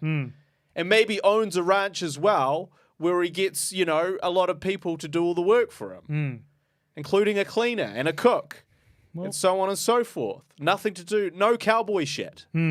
Absolute absence of cowboy shit in his life experience. It's like, who's wrong? Everybody's wrong, mate. It's the internet. We're all wrong. And also, everybody's wrong 100% of the time. Everybody's wrong because humans are wrong. Yeah. And make wrong statements. Yeah. And do things that are slightly human, as we call it, as we refer to it as human. Yeah. What is it? To err is to be human or some shit. What's the beginning of that saying? That's it. That's the whole saying. Oh. No, I don't know. But I remember what I was going to say about Jesse Plemons, which is, can any of the listeners actually picture me playing that role? I haven't seen The Power of the Dog, but have you seen The Power of the Dog? No, it's on my to-watch list. To-watch list. Okay. Is it on Netflix? Yes. Oh, I better watch it then. And so can you see me playing that role, and be honest? Can you just picture, instead of Jesse Plemons sitting there with Kirsten Dunst just off camera waving to him, it's me. And I'm all like, just standing there all bald and like. I don't know what Jesse Plemons really looks like. He's from Breaking Bad. He's the one that shoots the kid in Breaking Bad. So he's the poor man's Matt Damon. He looks like poor man's Matt Damon. It's like he's the guy you cast who can't afford Matt Damon. He's got an oversized head. Matt Damon. Yes, exactly. He's looks a great like, actor. Yeah, no, he's good. He's good. I like him. I like him. So could you see me playing that role? That's what I want to know. Yeah, well, Richard will know because he's seen The Power of the Dog. Yeah. And he says he can see me playing that role, actually. So there you go. Thank you, Richard. So also, to one man, like one person says that The Power of the Dog is a stroke of genius. Another person says it's a meandering, overly slow. That's why I've got beef with it already. Fucking long films over again. 90 minutes. Yeah. Pile of doo-doo. Right? Now, who's right? The Oscars have decided. Have they? Have they announced the Oscars? Well, no, I mean that they've decided it's genius as opposed to pile of doo-doo. Because it's been nominated. But had we made that, we may have been the pile of doo-doo guys. Yeah. You just don't know. So wait, what did it win? Does it win something? Yeah, the Critics' Choice Award, I think. Okay. So and we're still waiting for the Oscars. Yeah. But this might have affected her chances of getting the Oscar for the film. Well, Richard believes on account that. of everybody thinking she's a racist sexist now. Richard thinks that. Right. Okay, that's Richard's opinion. I get it. Okay. Well, I don't imagine it'll have too much of an effect. I think what might have repercussions is the fact that it's a meandering, slow pile of doo-doo. Yeah. That could compromise the Oscar. And I haven't seen it. I will watch it. I'll have to check it out on... But there was another funny quote that's just come up recently, which I think is great. And I really do appreciate this one, which was because there was this whole, and we talked about it, that your mate, Benedict Cumberbatch, went method for it. Yeah, okay, yeah. And he smoked he gave himself nicotine poisoning because he smoked 60 packs a day or something, and he didn't wash for a week. So he fucking stunk because he wanted the smell of the cowboy. Yeah. He wanted the smell of the true smell of the cowboy, and all this stuff. And he wouldn't he was kind of a prickly arsehole basically. Yeah. And now he's been nominated for an Oscar, and they're like, a genius approach from Benedict Cumberbatch, who fully immersed himself in the role. Yeah. And if we walk it back, Benadryl Bumble match, there we go. Yeah, I believe it's actually Benadryl Bumble match. If we walk it back, we see Twilight actor Robert Pattinson, new Batman, as quoted in 2019, say something like, you never ever hear of method actors being nice. As in, they're never playing nice roles, so they're overly nice on set. Yeah. Hey, buddy, great to see you. Hey, man, I'm playing this super nice, friendly character, so I'm super nice and friendly in real life. I bet Jim Carrey's method. You only hear about people going method when they play total arseholes. I reckon Jim Carrey's a nice guy method. Almost like it's... No, you obviously have not seen the... Is that not the case? The Man on the Moon documentary. Oh, okay. Has he got a temper? No, he's doing exactly this, which is... essentially people that are acting method or assuming the role as a method actor are just using this as a total excuse to be a complete and utter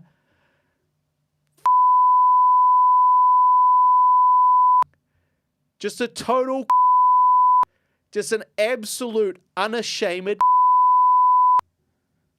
and then they go, well, I was method. That was my process. I was just method. Yeah. So what do you expect from me? You want a great performance, right? So I have to be an absolute raging I have to be. Because if I'm not, it wouldn't be an authentic performance. And I think that's a great point. I think that'll wake up the people that like to listen to the show as they go to sleep. They'll be sleeping and then they'll be like, the big beep. It'll wake them up. So shout out to our listeners that just woke up. Well, they should be fucking awake. Well, it's only 7:30 our time. No, it's pretty late over in America, I think. That's true. Yeah. But Tyler Adams is nodding off. Yeah, I do think... So is Jason P. Diddy Combs. That there's a great point in that whole, why is it all method actors or assholes doing crazy fucked up shit? Yeah. Why is it not method actors playing the nice, romantic lead in a movie and serenading the person that they're with flowers and chocolates and taking them out and just being the kindest, most considerate person on the set? Yeah. Doesn't happen. Yeah. So there is a sort of, the method actor gives me permission to act like that total Yeah. Yeah, well, there you go. I mean, I don't personally want to be a method actor, and I remember one time we auditioned somebody who stayed in character for the entire time. And boy, they pissed us off. Oh, she was so annoying. It was like, oh, hey, yeah, we're here to make some movies. Oh, you're here to make a movie. Like, I went out to the waiting room to get her. Like, hey, what are you up to? How you been? Because I knew this person. What have you been up to? How you been? And they were all like, I am now this character who's doing this thing. And I was like, okay. And I was like, all right, well, why don't you come in here? And then, here's the script. And what we're going to do is we'll run it a couple of times. You don't want to do a rehearsal, or do you want to, yes, no, blah, blah, blah, just staying in character the whole time. So I stopped trying to talk to this person professional to professional and was just like, all right, let's just roll the camera and fucking get on with it. Just press start. Let's just get on with it. I don't know how long she can hold this, so we better get on with it. Also, it's going to get awkward. It's going to get weird real quick. It's going to get weird real quick. So, I mean, look, I don't know what the professionals think, but personally, you are a professional, Harley. Well, I don't know. You started a feature film. I don't know what the big names think, the big name casting directors think, but I assume that most casting directors don't want you to come in. In character the whole way. Grown. Oh, yeah. I don't imagine that, like the big names, the ones that are like real serious people who will like tell you off, for showing up unprepared or anything like that. I don't imagine many of them are like, oh, sweet, we've got a methodo. Got a methodo actor. Sweet, this is going to be cool. I bet most of them are like, can we please have a professional conversation like where you're not playing a pirate cowboy? Because also, if you want to take it like walk it back a step to the independent filmmaking You've got to work world, with this person. which we are very familiar with and we specialize in, you might say, is exactly that, is that we kind of want to get a gauge of you as a person. Because we have to work with you for however long. Not just you as the character. Yeah. But also, like, for me personally, as when I cast, I'm looking for some of the traits of that character to be innate traits in their own personality. Hence, I would like to speak to that personality. Yeah. Is your real personality Is Karen in the room right now? Yeah. May we speak with Karen? Yeah.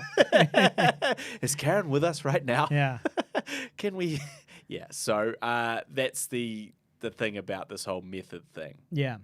Yeah. Also, it's like on these big, like, expensive film sets. It's fine if you're getting paid to sit around. That's right. Around, everyone's getting paid a lot of money to put up with your fucking asshole shit, right? And it's kind of like, oh, well, I guess, this emotionally traumatic day. Does he normally do? No, that's method the thing. Acting? Like, it's like he ain't fucking method acting. So he ain't no Christian Bale. He's not method acting in Doctor Strange. Yeah. Right? With his fucking magical cape billowing in the wind. Yeah. He's just putting on an American accent and showing up to work and being polite. Yeah. But suddenly he comes over here to New Zealand and goes, fuck, I'm acting like a real asshole down here. But it worked.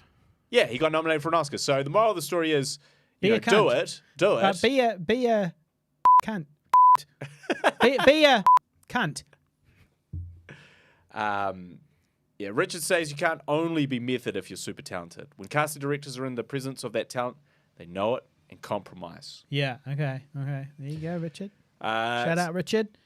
Shout out, right wing Richard. Yeah, I'm hoping to get a bit more acting this year so far. Shaping up all right for me. This year, already, it's March. Yeah. I've acted in 2 commercials and 1 short film and possibly a Savage Filmmaker skit at some point. Definitely. Yeah, okay. So I've acted in 1 Savage Filmmaker skit, 2 commercials, and 1 short film, and it's only and a music video, and it's only March. Not bad. I'm on the right track. It's not bad. Look, fuck, it's nothing to be sniffed at. Not bad. Yeah, all of them were paid except for the Savage Filmmaker. All of those were paid. And long may that continue. Yeah. Yes, you played the role of Red Tube. Yes. That's good stuff. I'll share that on the Facebook page, facebook.com/Guy and Harley. That is up there. That's on the Savage Filmmaker YouTube channel. It's the part of the intro, so I haven't shared that one yet, but I will. We're talking about social media before. And all sorts of things that are wrong with the world. And I was thinking about social media, and I was thinking about how I used to think it was relatively harmless, like this idea that you could, communicate better and, spread ideas. I mean, I didn't really what your friends how are doing. This could be a bad thing, and Quiet knowledge. But I did hear a few rumblings and read a few articles here and there, sort of predicting what the future might be with social media and how dystopian it potentially could be. But I always kind of felt like it could basically be reversed if it needed to be, But now that I see the armies of imbeciles fraternizing and fermenting dissension on Facebook, and I sort of see the damage it can do. Can you just say that again? Fraternizing and fermenting dissension on Facebook.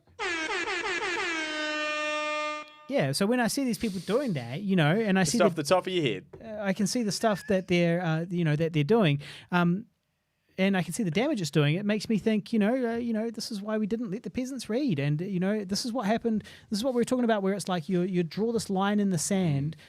Somebody says something like, Jane Campion, or she's not a real cowboy, and suddenly it becomes your official opinion. Anything you put on social media becomes your official opinion. Yeah. And it's just, I can really see the damage now. And then when you realize that people are actually so gullible that propaganda seemed like this thing that we used to do in the olden days, like, oh man, propaganda would never work on me. Look at these 50s commercials and these 40s commercials and so on.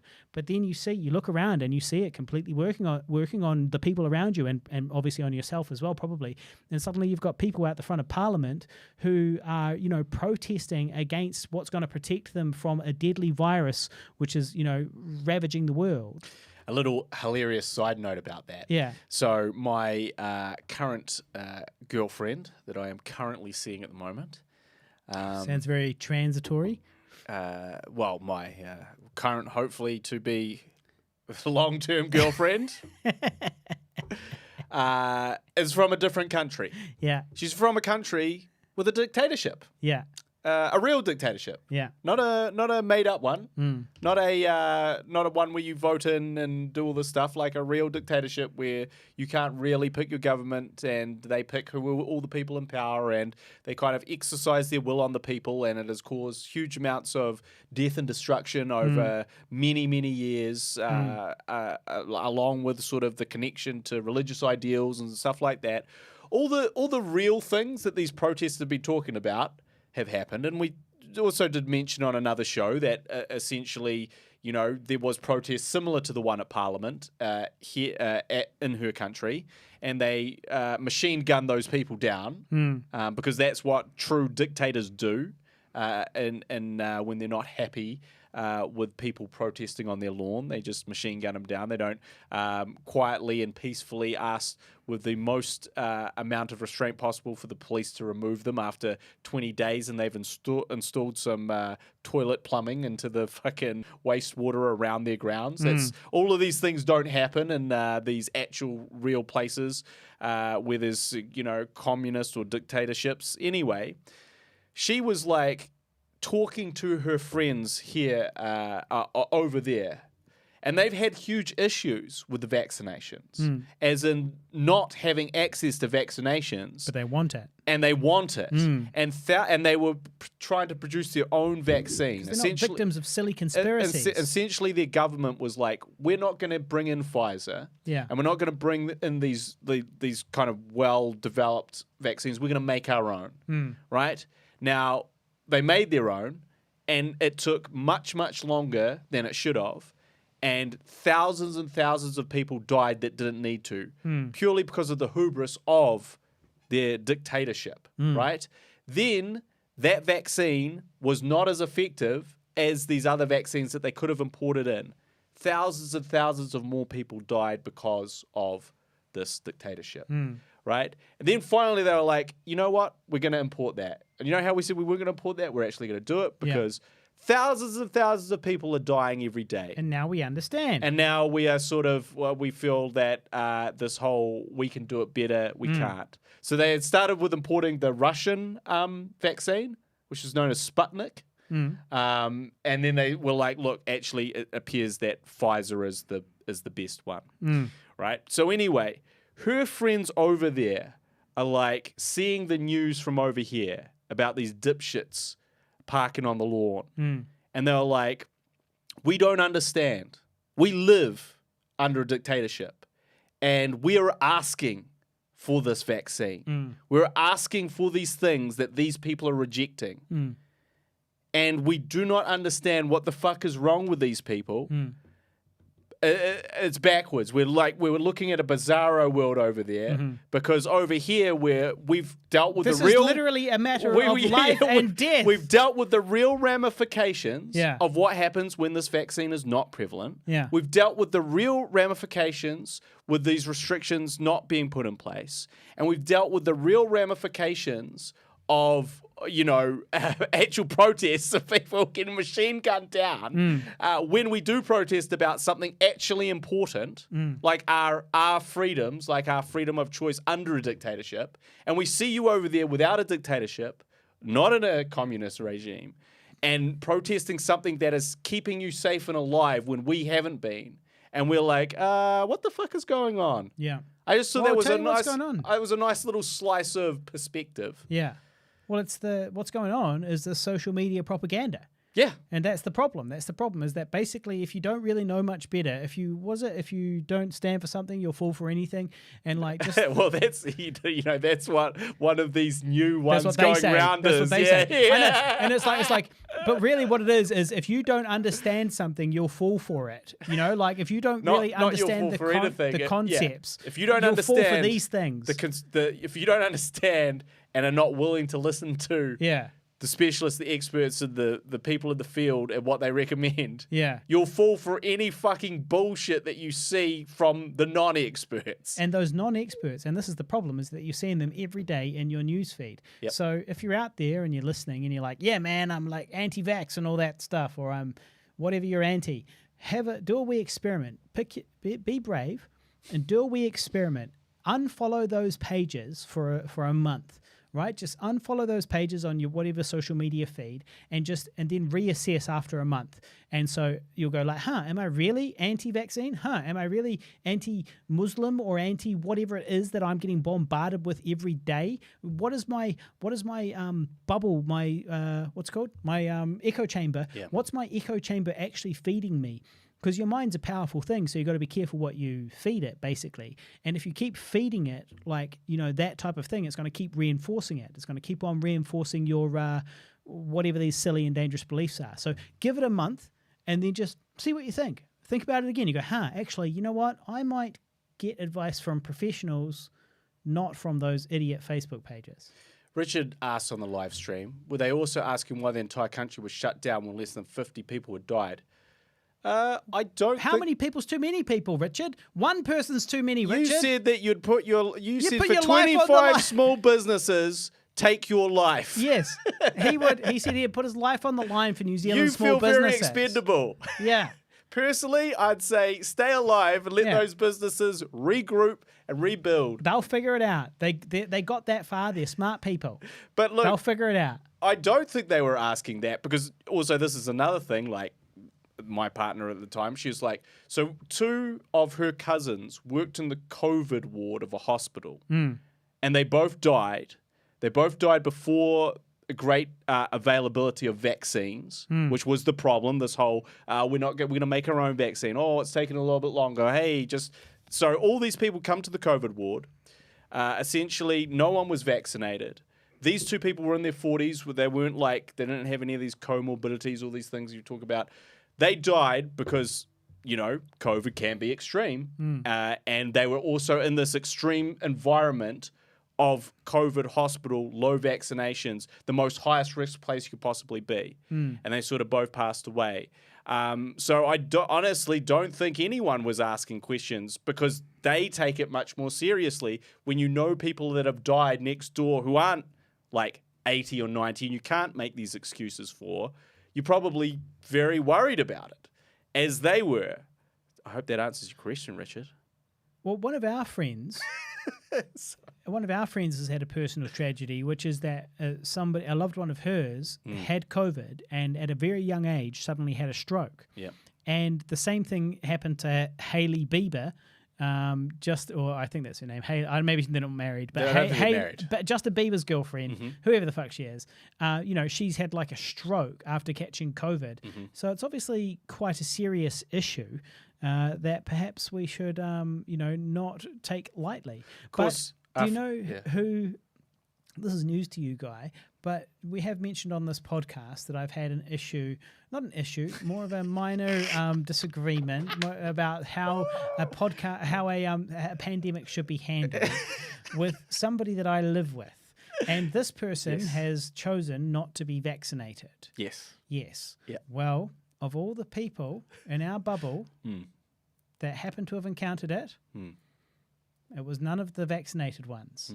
Interesting. That's all I'm going to say about that. And so that's interesting. That's interesting. But that person isn't here at the moment, so that kind of works. So it's good for us. Yeah, it all kind of works out that basically the isolation is going to be done all away from this bubble, luckily. But that's interesting. That's interesting. But I of course I do wish her the best as well because that's Richard says nasty disease. Richard says he just cares about small businesses. Yeah, he just really cares about those. God damn it. He just really cares about those. No need to be callous. One thing I noticed was the gaps at the supermarket shelves. There was some gaps in the supermarket shelves that have really they began at the beginning of COVID, but I feel like they're much kind of worse now. And there's gaps. You go to the supermarket and you kind of got to just take what you can get. All the things. There are some things that I used to buy that I literally can't buy anymore. I used to buy those Weight Watchers microwave meals, because I'm watching my figure.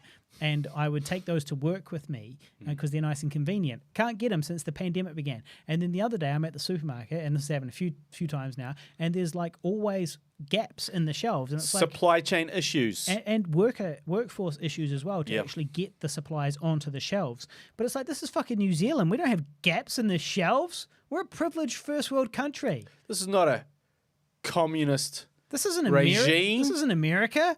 This is a first world country. I've never seen in my life, apart from maybe say if there had been like maybe a local flood or something like that. But always the shelves are stocked to bursting in New Zealand. Yeah. And it's like we're seeing, the effects of all of this, the tumultuous geopolitical situation and the fallout from the virus, when it all didn't feel so real. A couple of years ago, you're kind of like, it didn't feel quite so real. Now it's like, okay, this is the new normal. There's gaps in the shelves in the fucking supermarkets in New Zealand. The world's looking dire.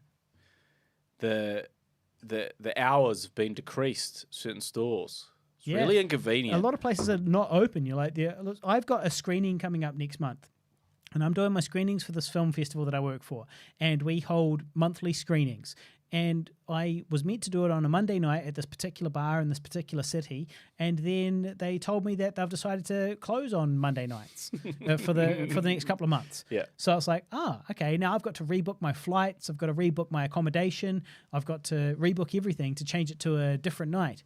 It's all COVID.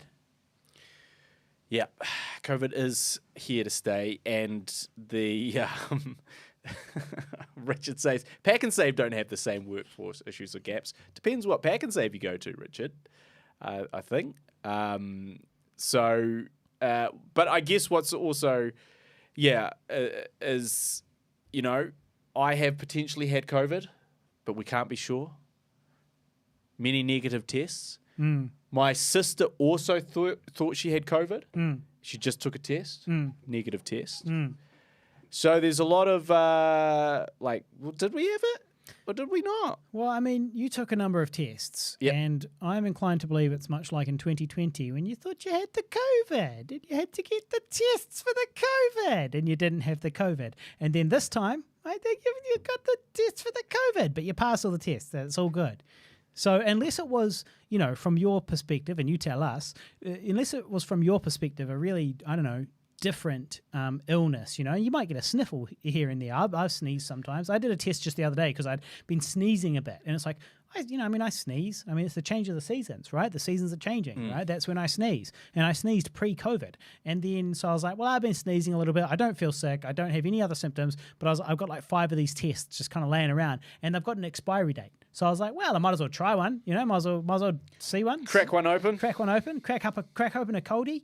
And so I cracked one open. I did not have the COVID either. Well, as they've said. Was it a worse sickness than, No, it wasn't, but you what wouldn't... makes you think it was COVID, other than the current environment, obviously? Well, the symptoms. Yeah. The symptoms mainly were the giveaway for me. Yeah. But also, it did seem like it was completely different to any illness I normally have. So when I normally get sick and I've got a cold or something, I get a cough, I get a sore throat, I feel achy all over, and that period of time is around between 2 and 4 days, and then I'm better. That's normally how I feel. That's just the general feeling when I get sick, get a blocked nose, runny nose, all that sort of thing. When I got sick this time around, all I had was these ongoing temperatures that would just spike every now and then through the day, and the same feeling of fatigue that would spike every now and then. So I'd be like, yeah, I feel great today. I feel amazing. I feel like I'm back to 100%. And then about 3 hours later, I'd just be like, someone hit me with a bus. And I would just get that every day to the point where I'd be like, fuck. Because every day I wake up feeling not too bad, apart from the first few days. And then at the end of that, but at the end of each day, that fatigue, that fever has hit me at least a few times in the day. And so I was kind of like, when is this going to just stop? When am I going to wake up, feel okay, and not have this thing hit me at some point? And it was about 12 days that I felt, then I started to feel better and I just didn't get these waves of fever or fatigue. Now, that is completely different to any other cold or flu that I've ever had. I also know that those rat tests, which are the only ones that I took, are not super accurate. And if the viral load is not high enough, will not give you a positive. Yeah. So to me, it was a classic case of mild COVID.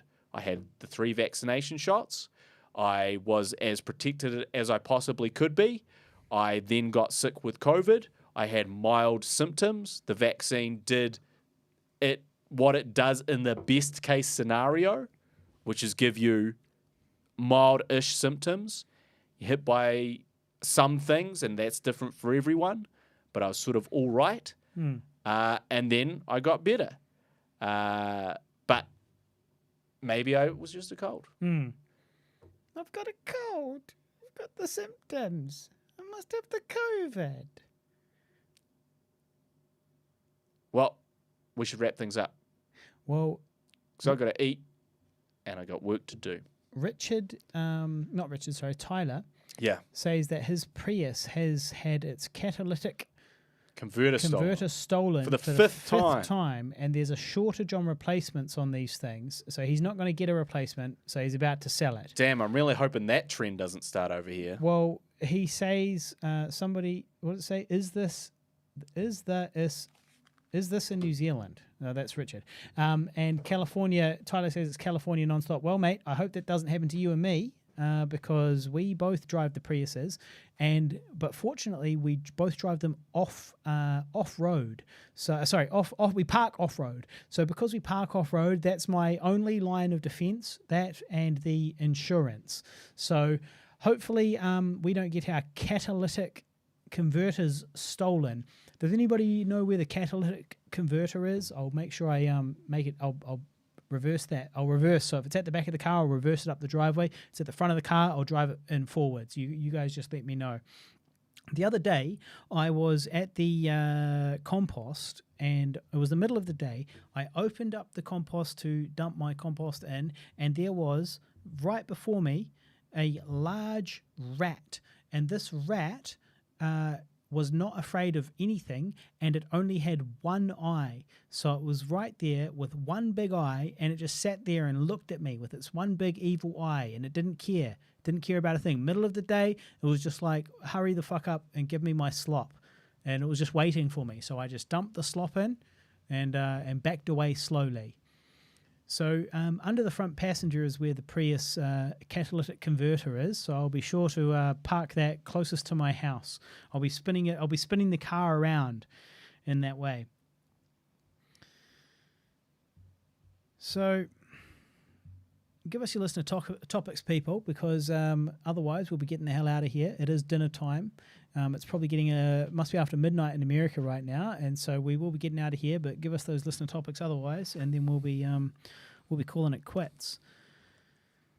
So I was saying, Guy, that there's a big rat in the compost and it's got one eye. Did you see the one-eyed one? I did not see the one-eyed monster. I've seen a few different ones, and this particular one-eyed one had no fear. It was like Scar from The Lion King, except for it actually taking out its eye. And I opened up the compost and put the rubbish in there, the food in there, and it just looked at me, just waiting. And it was the middle of the day, not at night or anything like that. Middle of the day, it just sat there waiting for me to give it its dinner. So, well, I have to feel the same giant rat that I spotted in there. I just didn't see his head because he was kind of tucked in there. I could just see a giant body and tail. That big ass. Yeah, I saw that ass. Yeah. All right, cool. Well, look, we'll wrap it up then. That is the end of the show. It's been a lot of fun. I hope you've had a good time. If you have enjoyed it, make sure you hit like and thumbs up, and give us a review if you get the chance, because that would make a big difference to us. We're back every Sunday at 5 p.m. New Zealand time. Richard Lambeth says it happens in the UK all the time. They can pinch one on the main street in 90 seconds. It's a growing trend in New Zealand, he says. Well, it makes sense. I mean, if there's something to steal. I was wondering about Teslas. I was like, okay, so let me get this straight. The reason why Tesla or a lot of electric vehicle production is constrained is because of the batteries and things associated with the batteries. And so if these batteries are literally the most expensive part of an electric vehicle, then if you have a Tesla, surely that Tesla is essentially a big target for thieves who are like, cool, well, we'll just steal that car and use the structural battery pack, sell the structural battery pack, do whatever we've got to do with it. Now, maybe the issue at the moment is that there's no point in stealing them because nobody wants to buy them because we don't have the technology kind of like on the street to do these things ourselves, to make these cars ourselves. But with a little more time, surely it's going to be profitable to be stealing people's structural battery packs from their Teslas in order to put them into your Nissan Leaf or do whatever you've got to do. Nick Zalati can let us know about the engineering on that one. But they need to solder them on. Yeah, but then I guess that creates a different problem. Probably, but I guess, surely that Teslas, you would think they'd be like a big target for car thieves on account of having a big battery there, which is just concentrated wealth. Like these car batteries are worth like $15,000 or something like that. So it's like you put them all in one place. All you got to do is figure out how to steal it, and I'm sure somebody can figure it out. So I wondered about that, but hey, maybe they've got the good enough technology that it's actually really difficult to steal them. I don't know. Maybe you've got to tow the whole car or something. I don't know. I'll ask Elon next time I see him. Your mate. Yeah, my mate. But anyway, the point is we've got to go. So thank you very much for watching, and do tune in next Sunday, and do hit like and do all that stuff, and we will catch you next week on the Guy and Harley podcast.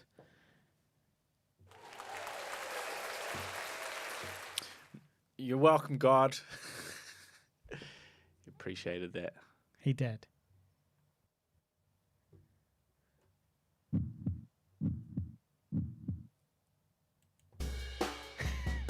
Now I'm just pressing buttons.